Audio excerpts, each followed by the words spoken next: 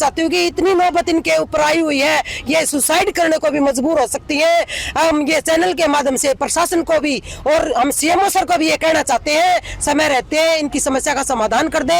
अगर इन बहनों ने कोई गलत कदम उठा लिया, क्या तो परिवार के साथ बीतेगी और इनका खामियाजा सीएमओ को भी भुगतना पड़ेगा, पूरी सरकार को भुगतना पड़ेगा इसका खामियाजा। अगर बहनों ने कोई गलत कदम उठा लिया तो हम सरकार को ये चेताना चाहते हैं, इनका न्याय प्रिय जो फैसला है, जो जांच है, वो पूर्ण रूप से की जाए और इनको फैसला दिया जाए। आज इसको ज्ञापन दिया जा रहा है। हमने डीसी के माध्यम से सीएमओ सर के को दिया है और मार्फत चंडीगढ़ में जो मिशन डायरेक्टर है उसके नाम हमने अपना मांग पत्र है ये भेजा है। वहाँ हमारी जो समस्या है, जो हमारा रोना है, और इसके साथ साथ हमारा पेमेंट को लेकर भी है मामला। दिसंबर तक, किसी की जनवरी तक, आज तक पेमेंट खाते में नहीं आई है। कोई भी अधिकारी या कर्मचारी है उनकी पेमेंट 1 महीने नहीं आए तो आप समझते हैं इस महंगाई के दौर में कैसे गुजारा होगा। और आशा वर्कर की मात्र थोड़े से रुपये, मुट्ठी भर भी रुपये नहीं है, इनको हमारे 6-6 महीने तक पेमेंट नहीं आती और बदले में हमारे को इतना प्रताड़ित किया जाता है। पेमेंट को लेके भी हमारा पूरे हरियाणा में यही मसला है कि हमारी समय पर पेमेंट भी हो और जो बहनों के साथ जो ज्यादती हुई है उसको हम पूर्ण रूप से बहिष्कार करते हैं उन एनएम का। और हमारा जो ये मेरा नाम दीक्षा है, मैं लोहारू CHC से बिलोंग करती हूँ और एनएम द्वारा मुझे बहुत ज़्यादा परेशान किया जा रहा है। और आज से 2 साल पहले भी मेरे साथ यही घटना हुई थी, लेकिन उसके बाद मेरी यूनियन ने मेरा थोड़ा बहुत समझौता करवा दिया था। लेकिन आज तो कम से कम 10 महीनों से वो मेरा इतना नुकसान कर रही है कि उसका कुछ मतलब कह नहीं सकते। और जब बोलते हैं सर वहाँ SMO सर के सामने मैंने कई बार अपनी ये मांग रखी, लिखित में भी दिया, मौखिक रूप में भी बताया उनको, लेकिन उन्होंने वहाँ मेरी एप्लीकेशन दबा ली। उसके बाद मैं 28 तारीख को भी यहाँ CMO सर को एप्लीकेशन दे के गई हूँ, लेकिन मेरी समस्या का समाधान नहीं हुआ।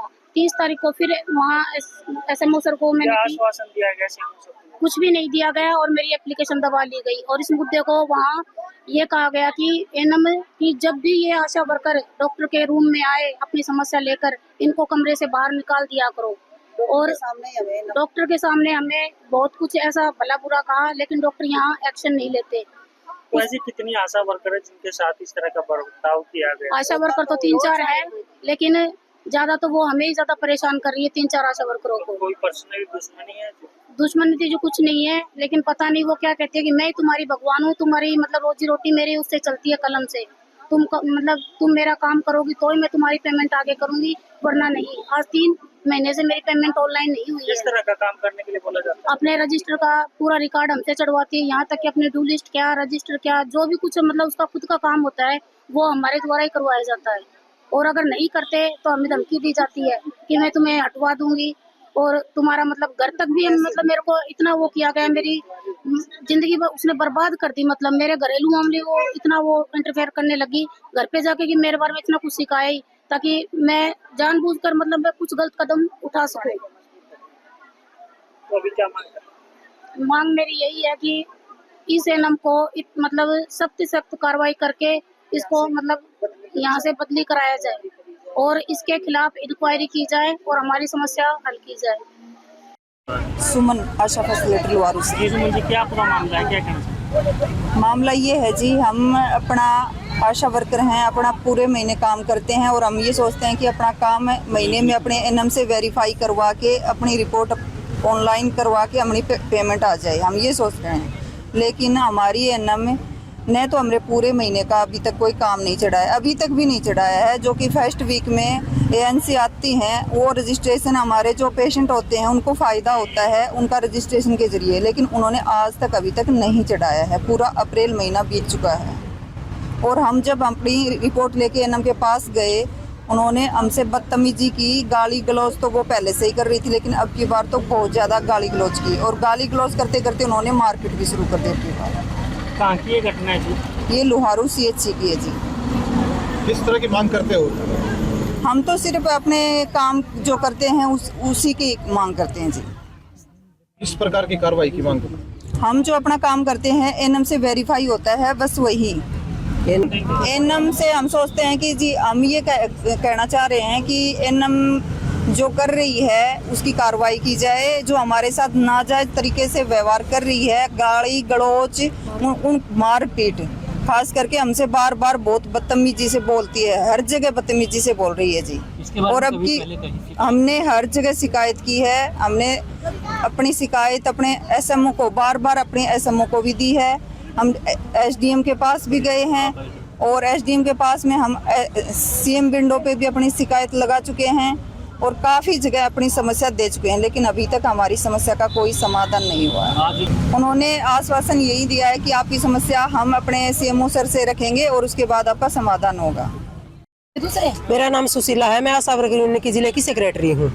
आज ये एक दिन का रोष प्रदर्शन है, पूरे हरियाणा में है। ये भिवानी नहीं, पूरे हरियाणा में है। यहाँ भिवानी में जिला दादरी और जिला भिवानी दोनों जिलों का इकट्ठा हमारा रोष प्रदर्शन है।